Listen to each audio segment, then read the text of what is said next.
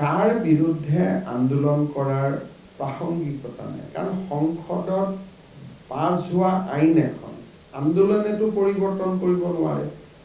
তাৰ পৰিৱৰ্তন এটা জেগাতে হ'ব পাৰে সুপ্ৰিম কোৰ্টত, কাৰণ ৰাজ্যসভাও চেঞ্জ হৈ গ'ল, এতিয়া লোকসভাও চেঞ্জ হৈ গ'ল, বিলখনটো পাছেই হৈ গ'ল, আইন হৈ গ'ল। এতিয়া লোকসভা ৰাজ্যসভা পুনৰ আহ্বান কৰি কাখন বাতিল কৰাৰ বাবে কোনোবা ৰাজনৈতিক দল যাব নেকি? চ' ইংৰাজীত এটা শব্দ থাকে ফেইট একম্পলি, যে কা এতিয়া এখন বাস্তৱ, CAA is in the law book of India, CAA is a part of the statute book of India. এইখনটো এটা বাস্তৱ, আৰু এইটো বাস্তৱ 2 বছৰ আগতেই হৈ গ'ল। গতিকে কাৰ পৰিৱৰ্তন ক'ত হ'ব পাৰে? যদি এজ এ ল ষ্টুডেণ্ট মোক সোধে কাৰ পৰিৱৰ্তন সুপ্ৰিম কোৰ্টৰ মজিয়াত হ'ব পাৰে। চ' জুডিচিয়েৰী হেজ দেট পাৱাৰ।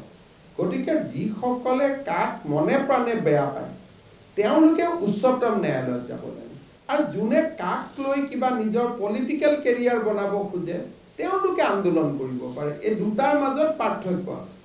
মই কাক বেয়া পাওঁ, মই তেওঁক সন্মান জনাওঁ যে হয় মই ভাল পাওঁ, কিন্তু আপুনি বেয়া পাব, কাৰণ আপোনাকতো মই মোৰ মতে চলিব বাধ্য কৰিব নোৱাৰোঁ। কিন্তু ডেমক্ৰেচি ইজ ডেমক্ৰেচি। গতিকে এতিয়া মই ভাবোঁ যোনে কাক মনে প্ৰাণে বেয়া পায় তেওঁলোকে উচ্চতম ন্যায়ালয়ত যাব লাগে, ভাল পোৱা সকলো উচ্চতম ন্যায়ালয়ত যাব লাগে।